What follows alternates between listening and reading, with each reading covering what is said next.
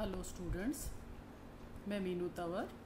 आज हम बात करेंगे भारत में निर्धनता की क्या स्थिति है, निर्धनता क्या होती है। तो जैसा कि हम सभी जानते हैं कि आज निर्धनता जो है एक प्रमुख समस्या बन गई है। यह विकसित और विकासशील दोनों देशों में चिंता का विषय बनी हुई है।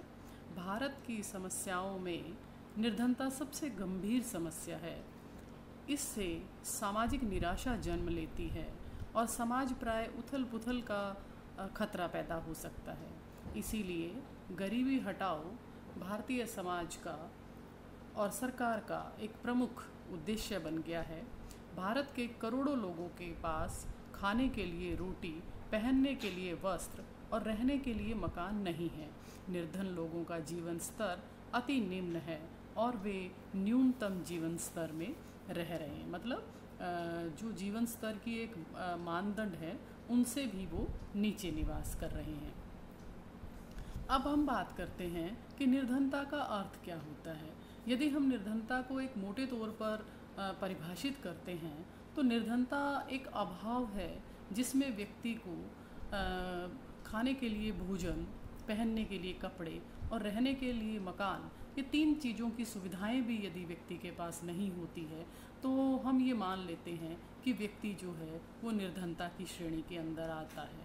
सरकार ने बीपीएल एक योजना भी चला रखी जिसको हम बिलो पॉवर्टी लाइन, एक राष्ट्रीय आय इनकम का एक व्यवस्था कर रखी है। तो उसके अंदर भी यदि हम देखें तो जो उस निर्धनता रेखा से नीचे निवास करते हैं वो सभी निर्धन होते हैं। इसी संबंध में एक परिभाषा है वीवर की। उन्होंने परिभाषित किया है कि निर्धनता एक ऐसे जीवन स्तर के रूप में परिभाषित की जा सकती है जिससे शरीर और स्वास्थ्य संबंधी दक्षता नहीं बनी रहती है। अब हम बात करते हैं कि निर्धनता के कारण क्या क्या होते हैं। अब सबसे पहले हम बात करते हैं व्यक्तिगत कारणों की। इसके अंदर क्या है, जैसे कि मानसिक दोष। ये जो ऐसी अवस्था होती है जिसमें व्यक्ति पागल और बुद्धिहीन स्थिति में होता है और कुछ भी करने की में असमर्थ होता है। दूसरी इसकी समस्या है शारीरिक दोष और बीमारियां। जैसे मान लीजिए किसी भी तरह का शारीरिक दोष है, वह जन्म से अंधा है, लंगड़ा है या अन्य कोई शारीरिक दोष है, तो इस कारण वो काम करने में सक्षम नहीं होता है। तीसरा, यदि हम कहें कि आलस्य, जो व्यक्ति आलस्यपूर्ण जीवन बिताते हैं वो भी प्राय निर्धन ही रहते हैं। नेक्स्ट हम बात करते हैं नशे की। बहुत पैसा हो किंतु आप नशा करते हो डेली, तो धीरे धीरे वो सब पैसा जो है वो समाप्त हो जाता है। जो भी आप कमाते हैं वो नशे में उड़ा देते हैं। इसके साथ साथ अब हम बात करते हैं भौगोलिक कारणों की। भौगोलिक कारणों में प्राकृतिक साधनों में कमी, प्रतिकूल जलवायु, कभी बहुत ज़्यादा बारिश आ गई, कभी बिल्कुल सूखा पड़ गया, हानिकारक कीड़े, टिड्डियों का हमला, जैसा कि आजकल हम देख रहे हैं कि पाकिस्तान से आने वाला जो टिड्डी दल है वो प्राय किसान की सारी फसलों को चौपट कर देता है। तो ये भी एक व्यवस्था जो है वो निर्धनता की आती है। कई प्राकृतिक विपत्तियां आ जाती हैं, जैसे भूचाल हो गया, तूफान हो गया, ज्वालामुखी हो गया, ठीक है, भूकंप हो गया, सूखा पड़ जाए, वर्षा बहुत ज़्यादा हो जाए। तो ये सारी विपत्तियां जो है वो कहीं ना कहीं व्यक्ति को जो है वो निर्धन बनाने में सहायक हो जाती हैं। नेक्स्ट हम बात करते हैं आर्थिक कारणों की। आर्थिक कारणों में अपर्याप्त उत्पादन, कृषि का पिछड़ापन, उद्योग धंधे नहीं रहते हैं। मतलब बहुत टेक्नोलॉजी का ज़माना है तो कुटीर उद्योग लगभग समाप्त से हो गए हैं, लघु उद्योग नहीं है। धन का असमान वितरण है, कोई तो बहुत पैसे वाला है और जो आप देखिए कि विश्व में धनी लोगों की सूची में शामिल आ रहा है, और कुछ लोग भारत में ऐसे हैं जिनको एक टाइम का खाना भी नहीं मिल पाता है। तो ये कुछ कारण हैं जो भारत में निर्धनता के हैं। अब हम बात करते हैं सामाजिक कारकों की। तो सामाजिक कारण में देखिए हमारी दोषपूर्ण शिक्षा प्रणाली है। अब ये शिक्षा प्रणाली इस तरह की है कि इसमें लगभग हम पढ़ते जा रहे हैं और बहुत ढर्रे से चल रही है वो प्रणाली, और उसी का ही हम जो है अनुसरण करते जा रहे हैं। हमारी सामाजिक कुप्रथाएं ऐसी हैं जैसे दहेज हो गया, बाल विवाह हो गया, पर्दा प्रथा, जाति प्रथा, ये भी व्यक्ति को निर्धन बनाए रखने में बहुत महत्वपूर्ण भूमिका निभाती हैं। धर्म है, धर्म भी कई बार क्या है कि भारत में अंधविश्वास फैलाता है। लोग अपने गरीब रहने को अपने भाग्य से जोड़ने लग जाते हैं, क्योंकि मैं गरीब हूँ, क्योंकि मेरा भाग्य ही ऐसा है। तो ऐसे में लोग जो है वो भाग्य के भरोसे रह जाते हैं। जॉइंट फैमिली है, जैसे मान लीजिए 20 लोगों का परिवार है, उसमें सिर्फ 2 ही लोग कमा रहे हैं, तो वो उनका पेट ही भरने में रह जाते हैं, अपनी बचत करने में सक्षम नहीं हो पाते। जाति व्यवस्था, मतलब देखिए जाति व्यवस्था से क्या है कि कुछ समाज में परिवार ऐसे हैं जिनका काम डिसाइड हो गया है कि ये व्यक्ति यही काम करेगा, दूसरा कर ही नहीं सकता। तो उस कारण जो है जाति से व्यवसाय निर्धारित होना भी निर्धनता का कारण है। और एक हम बात करते हैं जनसंख्यात्मक कारणों की।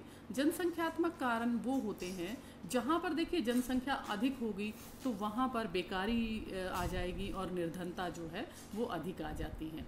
तो ये कुछ कारण हैं। अब हम बात करते हैं कि निर्धनता के परिणाम क्या हो जाते हैं। जब भारत एक जो है वैसे माना जाता है कि सोने की चिड़िया है, धनी देश माना जाता है, क्योंकि यहाँ पर प्राकृतिक संपदा बहुत ज़्यादा है, किंतु वन संपदा भी यहाँ पर बहुत ज़्यादा है, पर्यावरण भी थोड़ा बहुत ठीक है, किंतु फिर भी यहाँ के लोग जो हैं वो निर्धन हैं।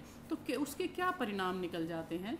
अपराध बढ़ते हैं जब निर्धनता होती है, बाल अपराध बढ़ते हैं, लोगों में आत्महत्या की भावना बढ़ती है, किसानों में आत्महत्या की भावना हो जाती है, भिक्षावृत्ति मतलब भीख मांगने की प्रवृत्ति लोगों में आ जाती है। ठीक है, बैठे बैठे जिनको आलस्य है, कमाना नहीं है, पढ़ाई लिखाई नहीं करनी है, तो वो व्यक्ति क्या करते हैं, फिर भिक्षा मांगकर गुजारा करते हैं। वैश्यावृत्ति करते हैं लोग निर्धनता के अभाव, निर्धनता होने के कारण। परिवारों में जो है संबंध जो है वो टूटते हैं, पारिवारिक विघटन होने लग जाते हैं इनसे। तो ये कुछ परिणाम हैं जो निर्धनता के कारण आते हैं। नेक्स्ट अब हम बात करते हैं कि निर्धनता को हम समाप्त कैसे कर सकते हैं। निर्धनता को समाप्त करने के लिए हमें सबसे पहले क्या करना है बच्चे, कि शिक्षा का प्रसार करना है। जब व्यक्ति एजुकेटेड होगा, जब पढ़ाई लिखाई करेगा, तो वो ऑब्वियसली अच्छा काम करेगा, अच्छी नई टेक्नोलॉजी लाएगा। नेक्स्ट, संपत्ति का उचित विभाजन होना चाहिए। मतलब ऐसा नहीं हो कि एक व्यक्ति कुछ जो है संपत्ति वो कुछ पूंजीवादी लोगों के पास में ही है, सभी लोगों के पास वो व्यवस्था नहीं है। सामाजिक कुरीतियों पर रोक लगनी चाहिए। जाति व्यवस्था, धर्म, है ना, इन सब चीज़ों में धीरे धीरे कम होना चाहिए। जाति के आधार पर व्यवसाय निर्धारित नहीं होने चाहिए। धर्म जो है वो ऐसा होना चाहिए जो व्यक्ति को कार्य करने के लिए प्रेरित करे, ना कि अंधविश्वास फैलाए। छोटे उद्योगों को हमें बढ़ावा देना चाहिए। हैंडीक्राफ्ट को, हथकरघा को, जो व्यक्ति अपनी मेहनत से कार्य कर रहे हैं उन उद्योगों को हमें बढ़ावा देना चाहिए। सरकारी योजनाओं को सही तरीके से लागू किया जाना चाहिए।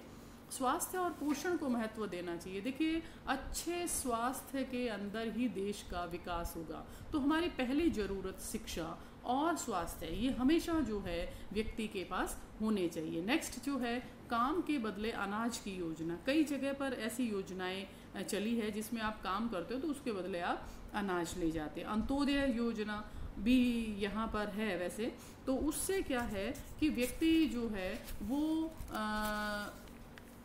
निर्धनता को समाप्त करने में मदद करती है। नेक्स्ट हम बात करते हैं कि प्रति व्यक्ति आय में भी सुधार होना चाहिए। कुछ सालों के बाद जो है आय का स्तर जो है वो निर्धारित किया जाना चाहिए, ताकि प्रति व्यक्ति आय में और राष्ट्रीय आय के अंदर जो है वो सुधार हो। तो ये